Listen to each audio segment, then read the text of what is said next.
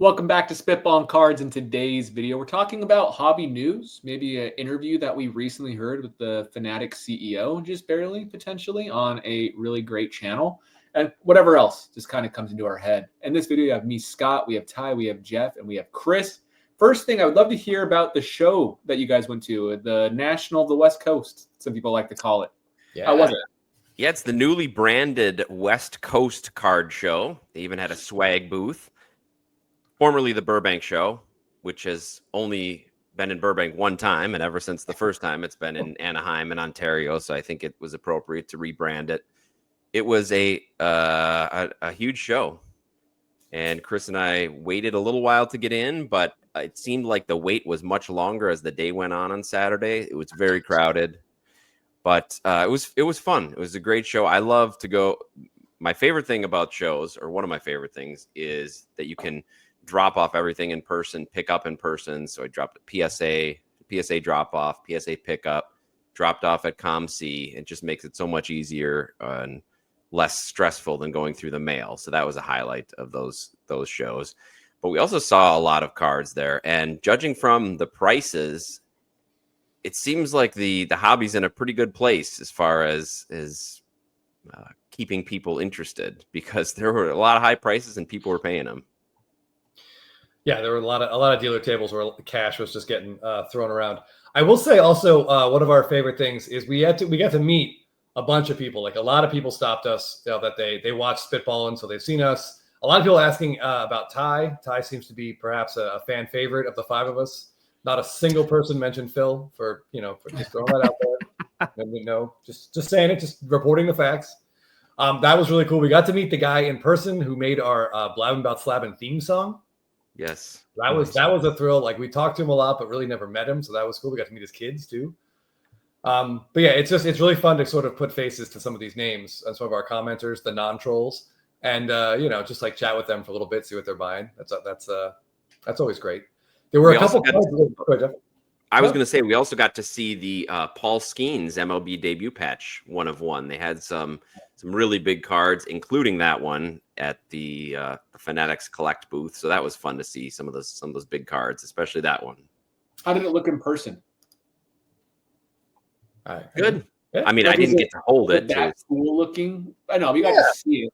The debut patches are great looking cards. They really I like how they look. Yeah.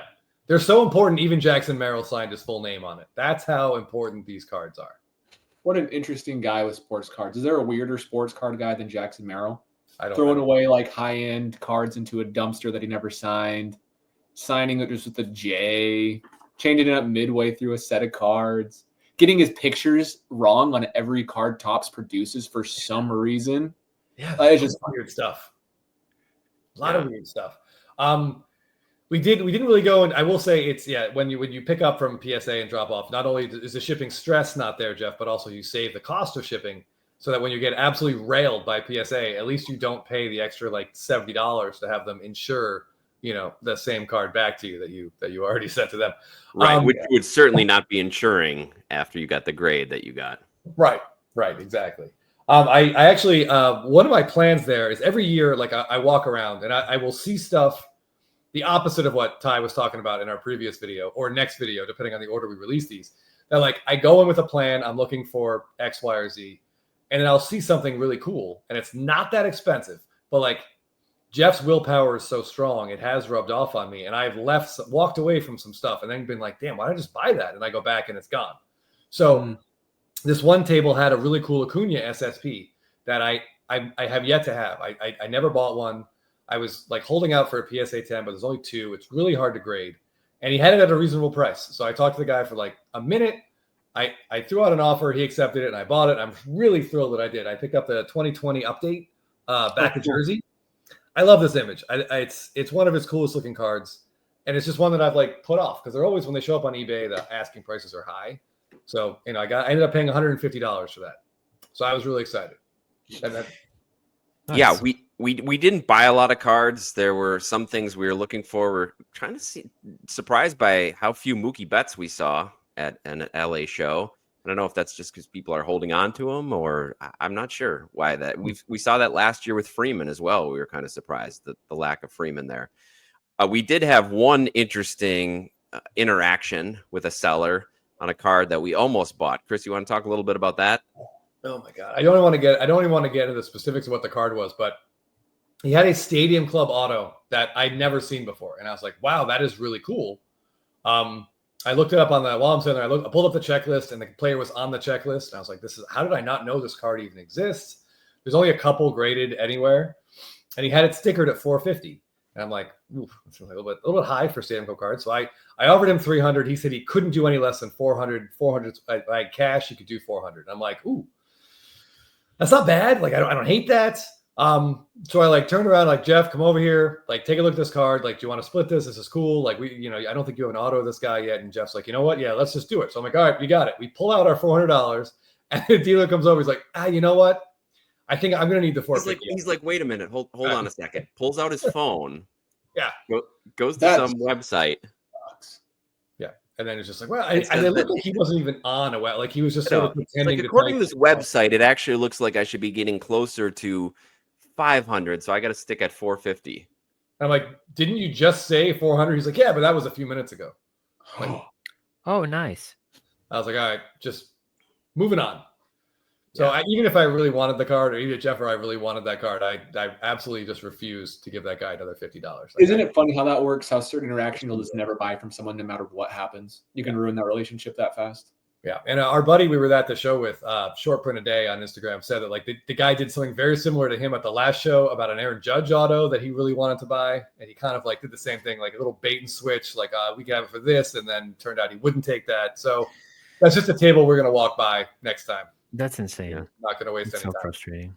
Yeah. I just did a video on the Market Movers channel about like card show do's and don'ts and asked like dealers and buyers their tips and their like etiquette and stuff. And that would definitely fall squarely into the that was a great video, Ty. I watched that before we went just to hear some of those tips, and everything seemed to make sense. And there were a lot of really good dealer tables there, people that were really interested in. We didn't bring cards, so everybody was like, "Are you selling anything?" We didn't bring cards to sell, which is another poor planning on our part. But they were interested in what we were looking for. Surprisingly, we were trying to find any sort of Stadium Club boxes, a wax box to open of Stadium Club, and we could not find 900 tables there. Nobody had a box of Stadium Club. Yeah. Jeff and I got a hotel room, and our plan was like we were just going to go to this little restaurant near the easy. Yeah. 2 queen beds. We're going to go to this restaurant near the hotel where we're going to get a couple Stadium Club boxes and just go have a couple cocktails and dinner and open up the boxes. And we could not find like a single Stadium Club box of any year. It was really weird. Really weird. What's the next set you would open? Obviously, you love Stadium Club, but like, what else would you open? Opening day. We were looking for opening day because it's usually relatively inexpensive, and you pull up a crazy like image variation, but we didn't find any of that either.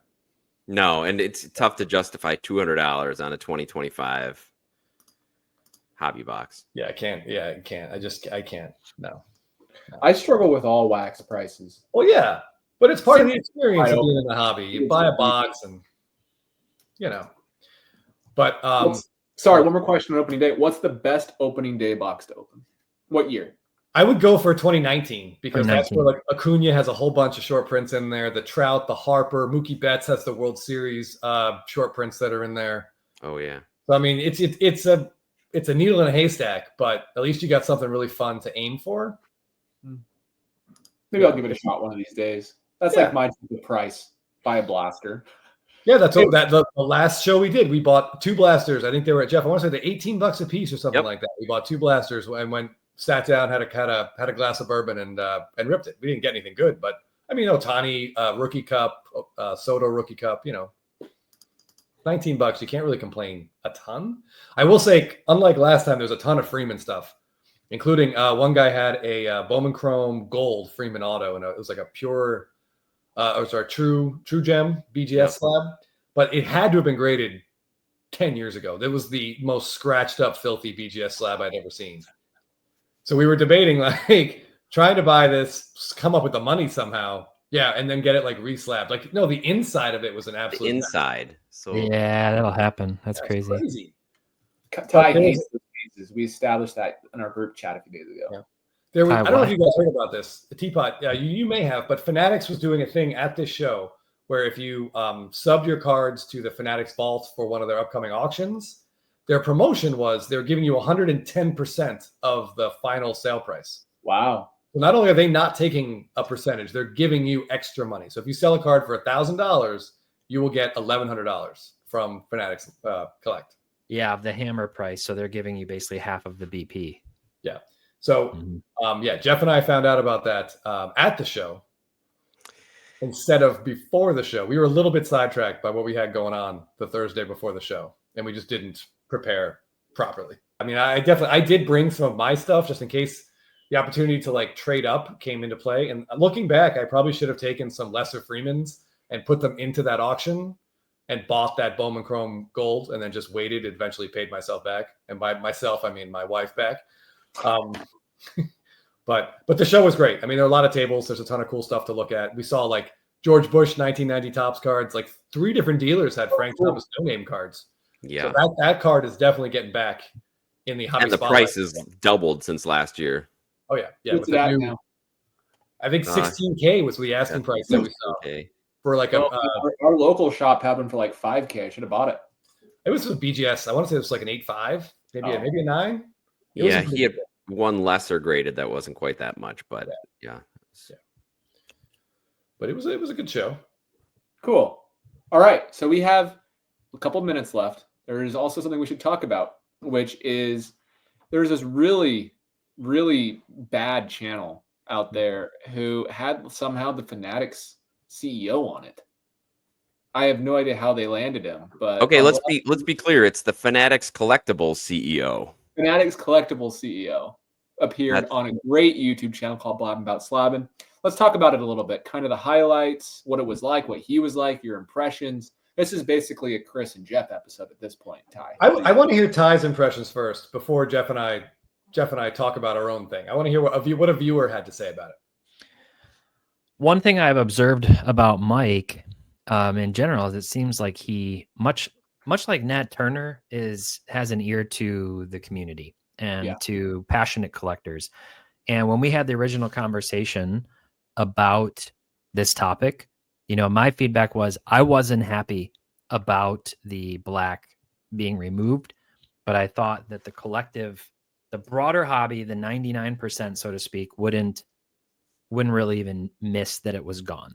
And the feedback that we got in the comments was pretty in line with that in terms of, people sort of saying, hey, I don't know anything about the black, or I didn't even know it existed, or I don't own one of these and that kind of thing. So, but the fact that he listens, it sounds like he's been consulting with people, maybe he had messaged you guys occasionally in the past. And that to me is just very encouraging.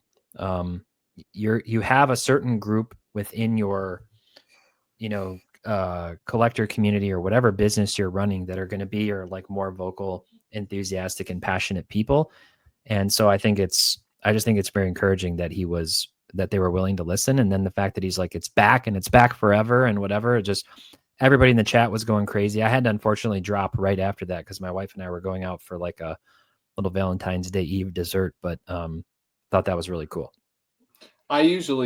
I'm not able to watch because it's so late, but it was earlier today, that day. And so I watched the whole thing. I was very impressed how down to earth he was, how nice he was, how approachable he was, how willing to like hear new ideas he was, not defensive in any way, explain the mistake that they made and how, we're doing our best off the information we have. And we'll always listen. Like it was it made me feel good that he is the one in charge of baseball cards. There's things I still don't like, right? But like, even the idea to consolidate down to specific parallels. He heard that, the death of parallels, the parallel junk era. He's probably heard all of that, and he's making it a little bit better. Of course, he'd like it even more brought in, but at least there's consistency across sets. But he's not too big of a man to fix a small mistake. And I thought that was great. Also, he's a big baseball fan. His son collects baseball cards. Well, trying to get his son to collect baseball cards. Like, that's who you want instead of just some random person who's there from a company as a strategic consultant who doesn't know the product. That's not who's in charge. And I think that's the best sign. So there was that documentary that came out a few years ago, and it was kind of a funny one because it took at least 2 years from the time that they like first filmed this video to actually like get it out to market. But maybe you guys remember the Behind the Card documentary that came out. Mhm. And so the video was filmed during the insanity of the COVID boom, like where everything was just going to the moon and card prices were crazy. And Jeff Wilson, my boss, had been featured in that. And so were several now defunct YouTube channels and other people. But one of the things that was really funny about that video was there was a clip. I don't know if it was Panini's CEO or who it was. The fact that I don't even know who the guy is just shows, I don't know how much more like present and visible some of Topps leadership has been in Fanatics. But he had this line that was like immortalized in my mind that was, well, now we serial number all of our cards so they'll all always be valuable. And that like statement compared to listening to Mike talk on your channel was like two completely different things. One completely and utterly out of touch with everything about the hobby, and now making sense why there's 81 parallels in Prism football or Prism basketball. And then, you know, Mike who's saying like, hey, this has been harder than we thought in some aspects. There's a lot to it, and we're going to make mistakes. And when we do, we're going to admit it, and we're going to even try to make it right, like in this case, which was really exciting. Yeah, I think we got a lot of feedback from our viewers and in the comments as well that they appreciated how open he was about the difficulties they've faced since Fanatics took over Topps. Now I think it's three plus years ago.